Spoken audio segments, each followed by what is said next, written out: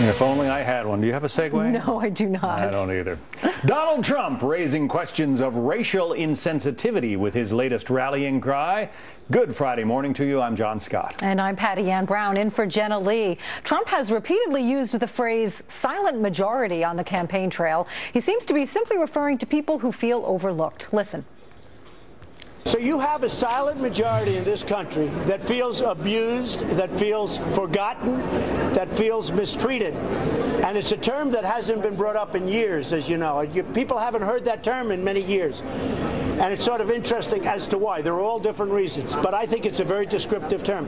Every time I speak, I have sold-out crowds. Every time I speak, I have standing ovations. Every single time. It's the silent majority. They want to see wins. They want to see us have victory. But as the Washington Post points out, quote, for many, the silent majority is a not so subtle reference to white people who want to take their culture and their country back. And the argument goes they would be taking it back from those who aren't white. Corey Elams is former communications advisor to President Obama and senior vice president of Vox Global. Ron Christie is former special assistant to President George W. Bush and deputy assistant to Vice President Dick Cheney. So, Corey, when you hear silent majority, are you thinking Donald Trump is being racist? Well, let's be clear. Donald Trump is the P.T. Barnum of today. He's a carnival barker who is very good at getting attention for himself. And also, the silent majority of yesterday is the Tea Party of today. And he knows exactly what he's saying when he says this. Look, this has been a really tough week for Republicans when it comes to racial issues. First, you had Jose Ramos being kicked out of Donald Trump's press conference. Then you had this notion of anchor babies by Jeb Bush. And then you had former Grand Wizard of the KKK, David Duke, endorsing Donald Trump. So Reince Priebus I'm sure, is cowering in the corner right now because this is not the way to grow the party. This is not moving in the direction that he needs it to move. I'm old enough, Ron, to remember when Richard Nixon was talking about the silent majority, and he seemed to be using it to refer to, middle-class Americans who sort of weren't out there in the streets protesting the Vietnam War. Is it really a racist reference?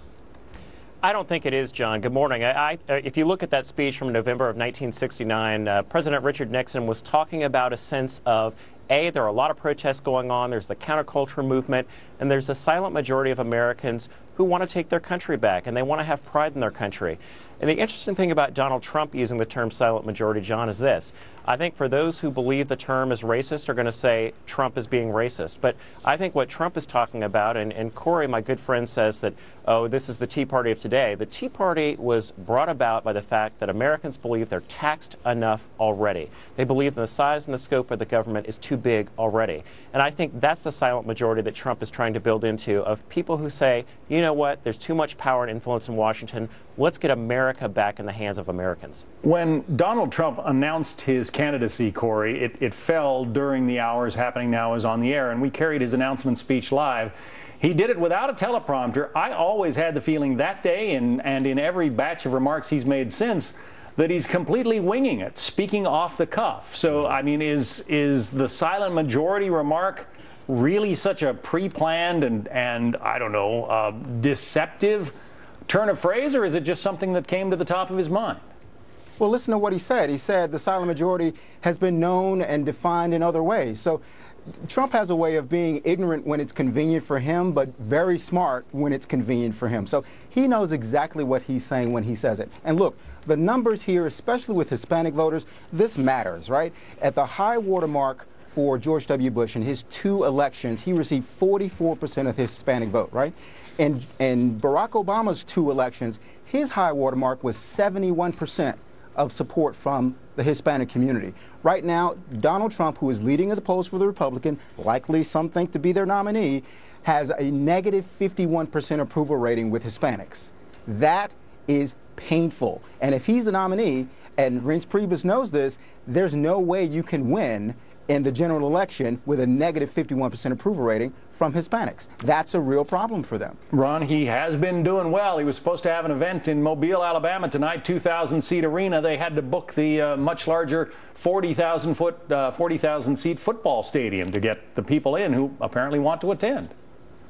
You know, John, I think what Donald Trump speaks to is a dissatisfaction in the United States with people who are saying the politicians in Washington, they make all these promises. They say that they're going to cut the budget deficit, that they're going to repeal Obamacare. They're going to do all these things. And you know what? They don't do anything.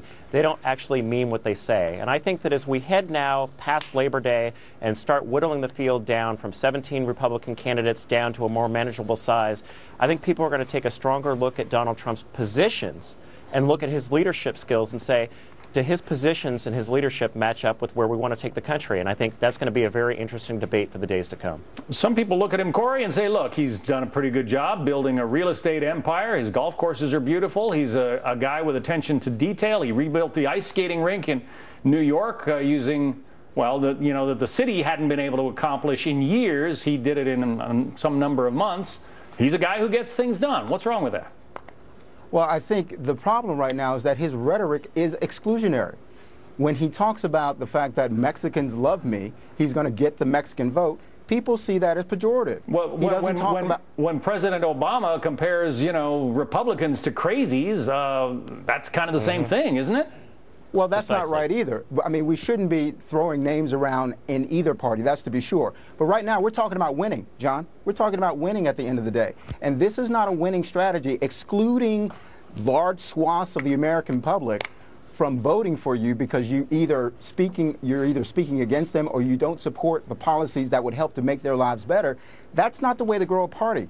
Again, we're talking about the narrowest margins in presidential history. In 2000 and 2004, George Bush won, but he won by razor-thin margins. You compare that to 2008 and 2012, the reason Democrats won is because they grew the base of the party dramatically by having a bigger open tent with rhetoric and with policies. You have the exact opposite of that with Republicans right now, and it's not, and because the other candidates are so silent, because they haven't spoke up against him, they are complicit in this as well. And that's why it's a negative thing for the party overall. I don't think you can say that they have been silent. There are a number of other candidates who have been challenging Donald Trump on much of what he says.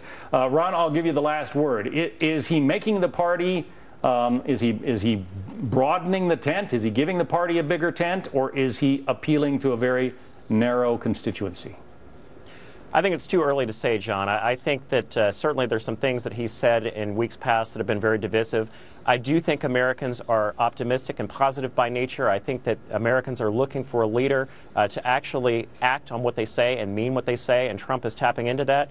But at the end of the day, I think we're going to have a Republican nominee who is going to be able to contrast the record of the last 8 years and say, here's my positive vision for America, here's why we don't need 4 more years of the Obama administration, and I think that's ultimately why we're going to win it. It's not going to be about Donald Trump. We'll be talking about it for... It'll be about Donald Trump if it is Donald Trump. I'll say that. Well, that truer words were never spoken. Corey Elons, Ron Christie, thank you both. Thank you. Thank you.